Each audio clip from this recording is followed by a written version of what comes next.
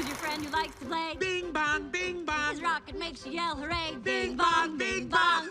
What exactly are you supposed to be? You know, it's unclear. I'm mostly cotton candy, but shape-wise, I'm part cat, part elephant, part dolphin. Dolphin?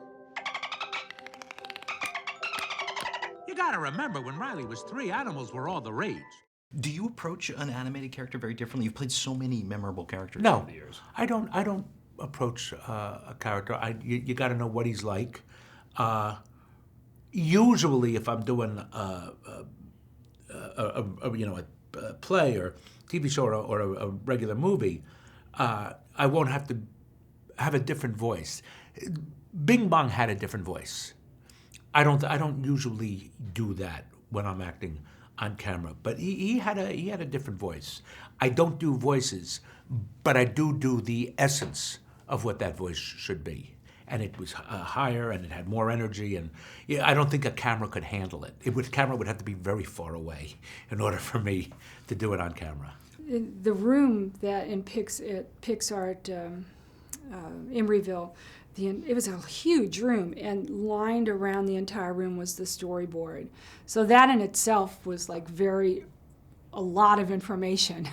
And as Pete went and told his idea and what was going on, I was just like trying to, hoping that by osmosis or something was going to help me to absorb all this. And I remember getting like a lump in my throat, wanting to say something intelligently and not being able to talk at all. And he told me that he thought I would be good at sadness, and that he wanted her to be not just one note, not just to be annoyingly whiny and cry, and that we had to find a way to find her levels. We had her coming in a bit more on the nose. She would come in like, cry all the time.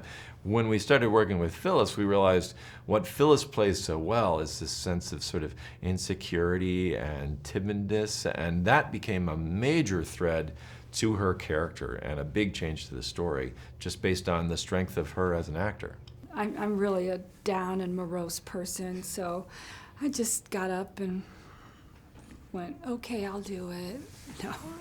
As we crafted the film, we started to discover what was important to Riley's story, that being memories and specific things about emotions, and a lot of other stuff, research we did, interesting stuff, got put on the side. Anything in particular that you kind of wish could have been in there? Well, for example, one of the things that fascinated me was the idea of memories. When you remember something, you're probably remembering a memory of a memory of a memory of a memory. It's like a copy of a copy of a copy. You're not remembering the original thing. Every time you recall something, you're re-encoding that, and therefore it's susceptible to changes, additions, subtractions. So that's why a lot of people want to strike, eyewitness testimony from court cases. It's very unreliable, and yet we feel so strongly, that's what happened. I remember my mom in the red dress, whatever it is.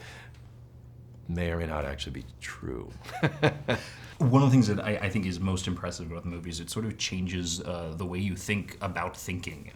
And I'm curious, as actors, has it changed your approach to roles? Do you think about characters through these 5 emotions? A little bit, yeah. Just a little bit. That's interesting question. Not really, but I tell you, it has affected the way I deal with my son, who's 7. So we can talk about if there's an emotion that's sort of taking over at 7, as they often do. We can sort of talk about that in terms of the little people and who's kind of riding gain on the console at that moment, and just bring it back to reality a little bit. People sort of grab me by the shoulders and look me in the face and like, I really like this film. And you can sense that they were really moved by it.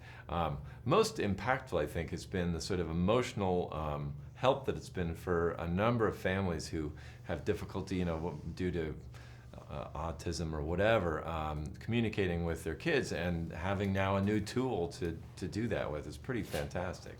The thing that I think is very important in life is that life is not black and white. And while we're at war somewhere, or while we're having an argument with somebody, even though you are correct, they are correct too. Even though you want to be happy, you've got to have sadness. And I am very much into the the opposites are not a bad thing. One is not good, one is not good. Together they're great.